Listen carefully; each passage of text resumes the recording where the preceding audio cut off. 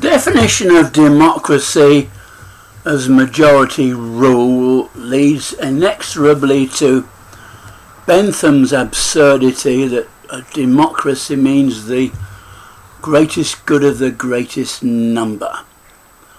Democracy means the common good of all. As I say, it is the apotheosis of good manners and respect for others. The family motto of William of Wykeham, founder of Winchester College and New College, Oxford, is "Manners maketh man." Such a pity it isn't followed by at least one former member of the former. This is a good explanation of democracy. Democratic capitalism is perfectly described by that wonderful board game, Monopoly. Without an external input into the system, the players are forced to cut each other's financial throats until only one survives. Democratic socialism is perfectly described by the cooperative movement. This began life under the premise that since shops double the price of everything they sell, all you have to do is do everything yourself and everything will be half price. That there is something wrong with this reasoning somewhere, one suspects that it is in part due to their paying their employees more than the free market rate.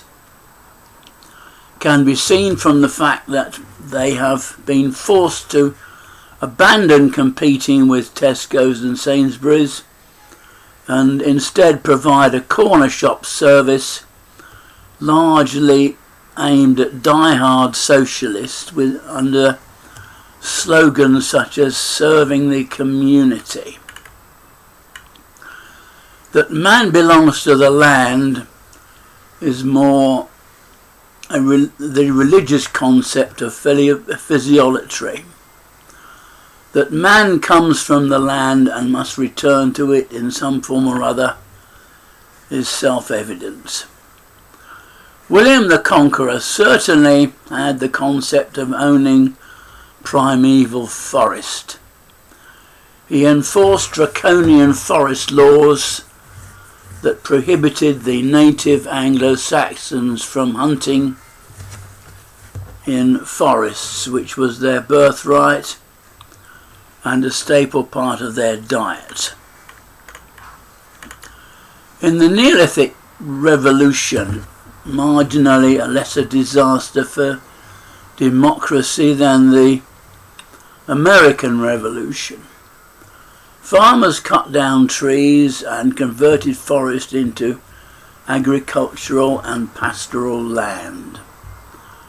They were presumably granted proprietorial rights in that land by their neighbours, which is the origin of the law of trespass. To the Anglo-Saxons this was a criminal law with a financial penalty. The Norman invasion meant that only the Normans could enforce criminal laws. So nowadays it is a civil law, but actionable without proof of special damage. The Native Americans had no concept of owning land. The land they used for nomadic hunting was appropriated from them by the legal fiction that as they had not enclosed it, it was free for the taking, which was done with literally only minor reservations. In the epitome of capitalism, whether private or state, nations have purported to sell, so far as I know, all the equatorial rainforests, which we all rely on for protection against climate change. The only possible reason for purchasing such is the prospect at some time in the future of logging them. Otherwise, it is, if you will excuse the solecism, as futile an act as buying land on the moon or Mars. Not even satisfied with waiting for that, they have invented what are called carbon credits or similar names to get them an income in the meantime. Having sold the forests, these same nation states certify that they are in danger of being chopped down, which is solely because that they themselves fail to prevent it.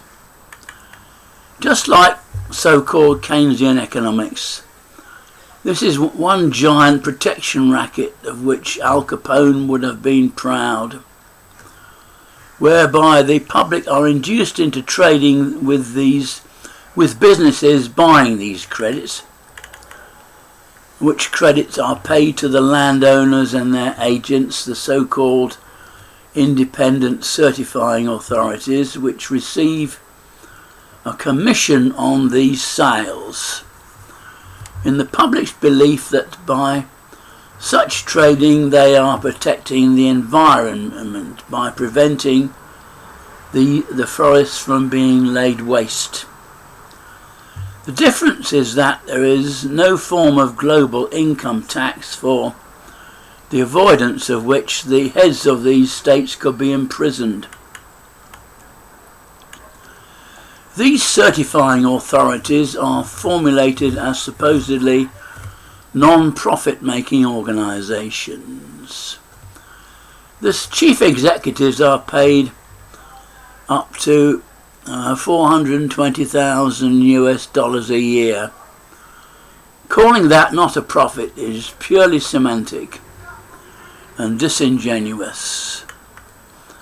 Even if these credits were paid for planting trees in an attempt to reinstate some of the vast damage that has already been done, it would be a futile gesture, because it will take centuries for the new trees to absorb as much carbon as the mature rainforest trees had. To its great credit, the European Union has decreed that from 2026, businesses will not be allowed to use carbon credits in any claims they make as to carbon neutrality.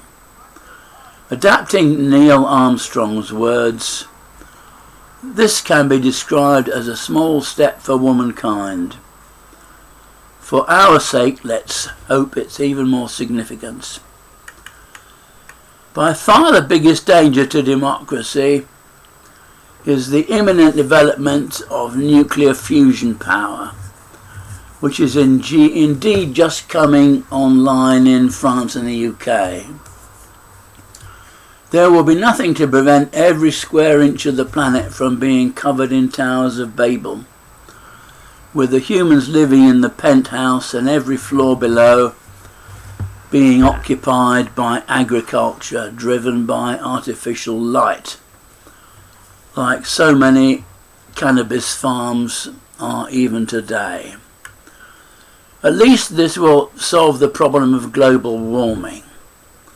The ice caps will have long since melted owing to the rise in ambient temperature. With all the melted water, what land from Northern America, Europe and Asia to Tierra del Fuego that isn't yet occupied by buildings will revert to tropical rainforest, just as it was at the time of the dinosaurs. One small point: in democracy, heads of state hold their territory as trustees for their populations. This is a bare trust, i.e. they have no power to dispose of their respective territory or any part of it. Thus the Italian president of the day had no power to cede the sovereignty of the Vatican City, which is done with the aim of preventing it from falling into the hands of the communists, if, as was feared, the latter came to power in Italy. Even if, which I doubt, the full free market price was paid, this seeding was thus void for fraud, as it was made for an improper motive. No such problems exist with such as Alaska and Louisiana. So far from curing the problem, the Save the Children Fund has a vested interest in ensuring that there is an ever-increasing supply of starving babies. The CEO of the Save the Children International salary is about $300,000. If the world suddenly ceased to have starving babies, the fund would be out of business and the CEO would be out of a job. These people are making money out of suffering. There is no incentive for them to reduce suffering by reducing the number of starving babies. There is a fundamental difference between them and such as medics, pharmaceutical companies and so on, who also make money out of suffering. There the suffering is not entirely avoidable in the first place. For example, no sane person breaks his own leg deliberately. As I say, even if the urge for sex is irresistible, if ever there was, these days there is no necessary connection between coitus and reproduction. It might be claimed that writing this paper is making a profit out of suffering.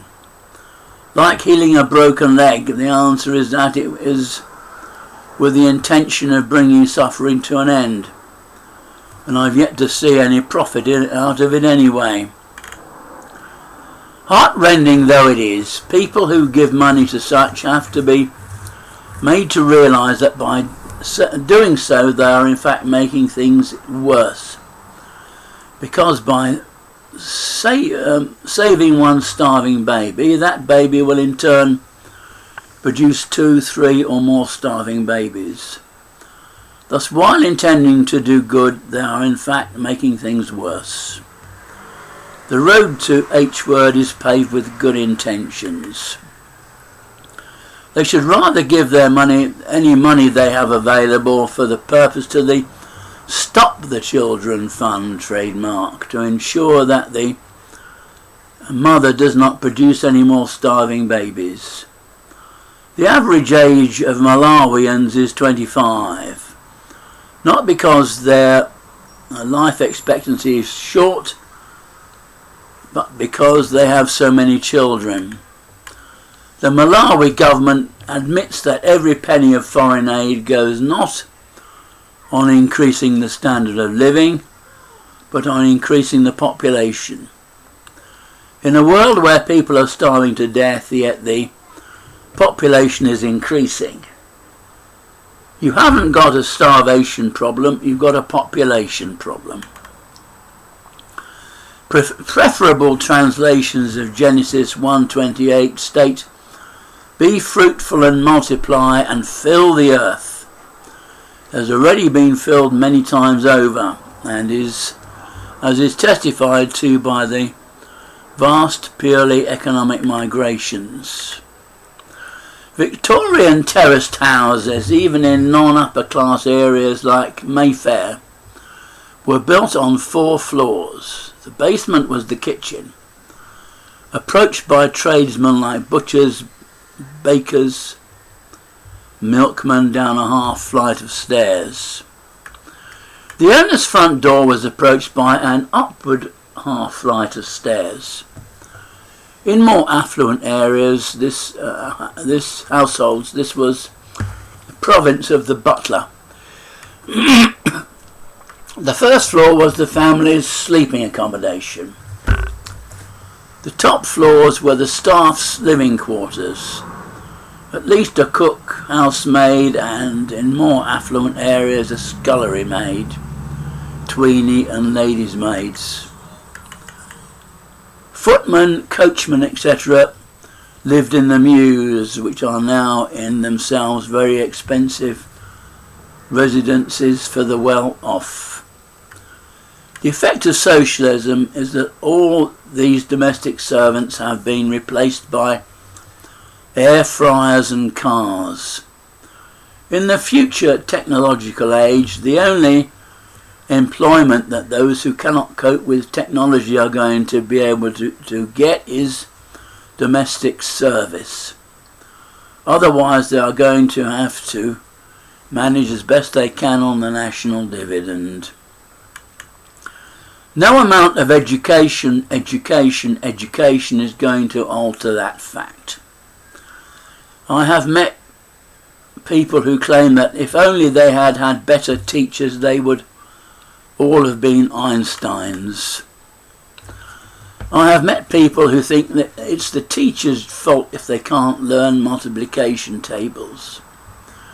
You can no more teach people tables than you can teach them to swim or ride a bike. Education is in two parts: teaching and learning. You can lead a horse to water, but you can't make it drink. You can give a child a bike, but it's only by learning that she can ride it. As predicted, if a little earlier than expected, it has just been announced that the Catholic population of Northern Ireland has finally outbred the Protestant. It is only a matter of time before, in the name of majority rule, the UK government ceases to protect the democratic rights of the minority. How glad they will be to do so.